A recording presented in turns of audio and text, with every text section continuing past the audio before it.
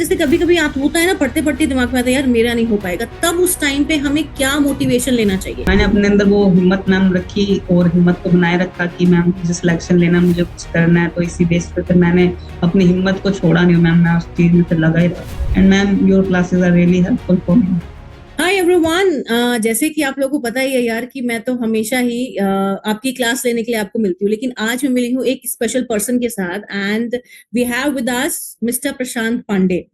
प्रशांत से थोड़ी सी बातचीत करेंगे, जानेंगे प्रशांत की जो जर्नी रही है। जैसे कि आप लोगों को पता है कि ये एक सक्सेस स्टोरी है, और इसके बारे में जानना स्टार्ट करेंगे बिल्कुल शुरुआत से कि शुरुआती पॉइंट पे प्रशांत ने क्या क्या चीजें की हैं, क्या क्या प्रॉब्लम्स आई हैं उनको, और किस तरीके से उनको उन सारी प्रॉब्लम्स को हटा के हैजल फ्री किया है और अपना सिलेक्शन लिया है। तो चलते हैं प्रशांत के पास। प्रशांत, आप अपने बारे में थोड़ा सा हमें कुछ बताइए, बच्चों को बताइए, जिससे कि बच्चों को पता चले कि किस तरीके से तैयारी करनी है। सबसे पहले बताइए सिलेक्शन आपका कहाँ हुआ है? मैम मेरा सिलेक्शन सिलेक्शन पोस्ट के थ्रू है, एसआर साउथर्न रीजन में, तमिलनाडु में। तो स्पेशली मैं प्रशांत पांडे राजस्थान से बिलोंग करता हूँ, एक छोटे से डिस्ट्रिक्ट हनुमानगढ़ से। एक्चुअली मैंने अपनी 12th के बाद भी मैंने सोचा था कि प्रिपरेशन स्टार्ट करूंगा। फिर मैंने फॉर्म भरना शुरू किया। सबसे पहले मेरी जर्नी स्टार्ट हो गया एसएससी जीडी 2021 से। उसमें मैंने पहले तो उसका सिलेबस देखा था, पर वो पेपर थोड़ा जल्दी होने की वजह से उसमें सिलेक्शन नहीं हो पाया। फिर उसके बाद मैंने एसएससी सीएचएसएल के लिए अप्लाई करा। उसमें फिर सीएचएसएल में भी मेरे थोड़े मार्क्स कम रह गए, जिसके थ्रू मेरा नहीं हो पाया। फिर मैंने उसके बाद एसएससी एमटीएस 2021 में अपना लक ट्राई किया, और उसमें भी थोड़ा सा लगा कि हाँ नहीं हो पाएगा मैथ्स के वजह से, तो इसी वजह से थोड़ी दिक्कतें वगैरह आई। उसके बाद फिर मैंने सिलेक्शन पोस्ट फेज 10 ट्राई करा था, उसमें भी नहीं हुआ। फिर मैंने एसएससी सीएचएसएल 2022 करा, उसमें मेरे 3 मार्क्स से रह गया मेरा प्री का रिजल्ट। फिर मैं उसके बाद मैंने ट्राई करा एसएससी एमटीएस 2023, उसमें भी मैम मेरा 3 मार्क्स से रह गया। फिर उसके बाद मैंने सिलेक्शन पोस्ट फेज 12 दिया, उसमें मैं मेरा हुआ है, इसमें एसआर 10th मैट्रिकुलेशन मेरा सिलेक्शन हुआ।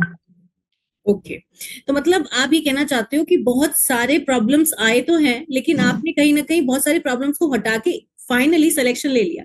अच्छा, यस जैसे मैम। बहुत सारे बच्चों का क्वेश्चन रहता है कि कोई भी सब्जेक्ट ऐसा जैसे कि वीक हो, जैसे आपने बोला कि मैम मैथ्स की वजह से मेरा नहीं हो पाया था सिलेक्शन, तो आपने उस पर्टिकुलर सब्जेक्ट को ज्यादा टाइम दिया या फिर और बहुत सारे सब्जेक्ट्स को टाइम दे दिया जिससे कि उसके मार्क्स आपने वहां पे मैनेज कर लिए?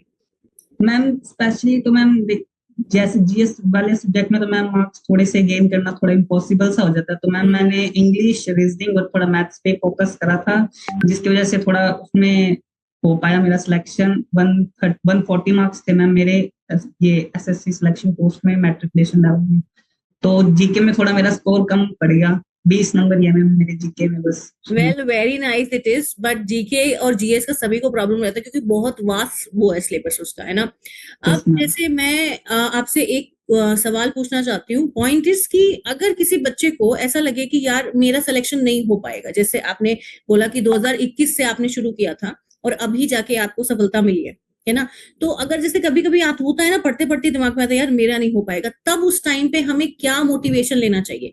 क्या मोटिवेशन हमारे अंदर है, या फिर हम बहुत सारी वीडियो से या फिर बहुत सारी चीजों से मोटिवेशन ले सकते हैं?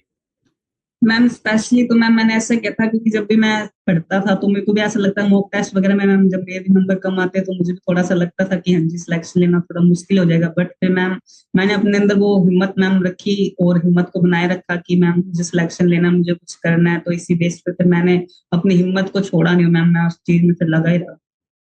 मतलब आप ये कहना चाहते हैं, सुन लीजिए सारे बच्चे, कि मोटिवेशन अपने अंदर ही है, ठीक है ना? तो आपको जी मैम। उसको कहीं ना कहीं कंटिन्यू करते रहना पड़ेगा। मैं एक और चीज सबको बताना चाहती हूँ, प्रशांत एक ऐसे बच्चे हैं, जब भी मॉक टेस्ट लगाते हैं वो मुझे अपने मार्क्स हमेशा भेजते हैं। तो वो एक टाइम जो वो दे रहे हैं ना कि मैम को मैं एक बार ये जरूर भेजता हूँ कि जिससे कि पता चले कि कितने नंबर आ रहे हैं, है ना? वो एक बहुत बड़ी बात है। ठीक है, अपना टाइम आपको मैनेज करना है।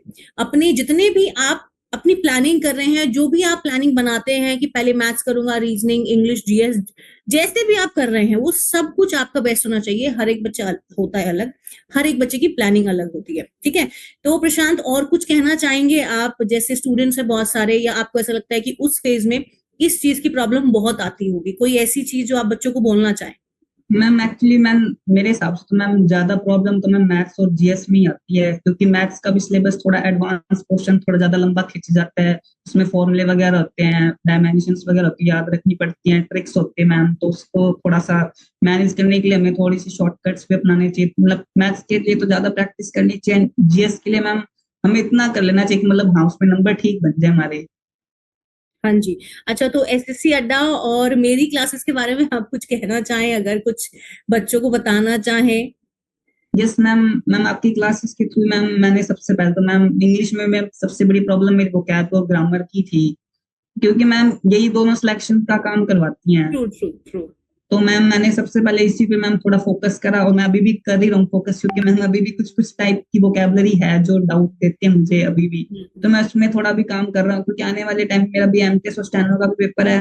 तो उसमें मैम क्योंकि English English is a big role, yes. तो मैम उसमें थोड़ा सा काम चल रहा है अभी इंग्लिश में, और जीएस में भी मैम थोड़ा काम चल रहा है। And ma'am your classes are really helpful for me. Thank you so much. पूरा एसएससी अड्डा आपको थैंक यू बोलता है, हमारी पूरी टीम, हम सारे लोग। अच्छा, ये जो अभी आपके पेपर हैं, इनके लिए आप कुछ नोट्स बनाते हैं या फिर जो क्लासेस होती हैं बस ऐसे ही कर लेते हैं? बच्चों का ये डाउट है, मैम नोट्स बनाए कि नहीं? मैम एक्चुअली जो मैम नोट्स है मैम, जैसे कि मेरा सिलेबस कंप्लीट है, तो मैम मैं क्या करता हूँ, मैं क्लास कर लेता हूँ, और जो फिर मॉक टेस्ट लगाता हूँ, फिर जो मॉक टेस्ट में जो मैम मेरे गलत होते हैं उनको मैं लिख लेता हूँ, और फिर उनको बाद में रिवाइज कर लेता हूँ। अच्छा, मतलब काइंड ऑफ नोट्स आप प्रिपेयर करते ही है ना, क्योंकि जब पेपर यस के मैम। टाइम पे आप लोगों को कहीं ना कहीं प्रॉब्लम होती है कि कहाँ से वीडियोस देखें, तो आप फटाफट से अपनी कॉपी खोल के, जैसे कि मैं आप लोग को हमेशा बताती हूँ यार, कि अपनी एक कॉपी बनाइए जिसमें आप हर एक वर्ड लिखेंगे। पेपर के टाइम पे आपको उसको सिर्फ पलटना है, 1 2 3 4 काइंड ऑफ, ठीक है, और सारे वर्ड्स आपके हो जाएंगे। बहुत बहुत शुक्रिया प्रशांत।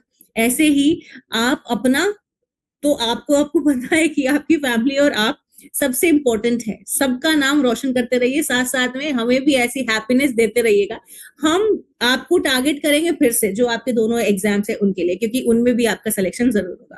ठीक थैंक है। You ma'am. Thank you so much Prashant, thank you बच्चा।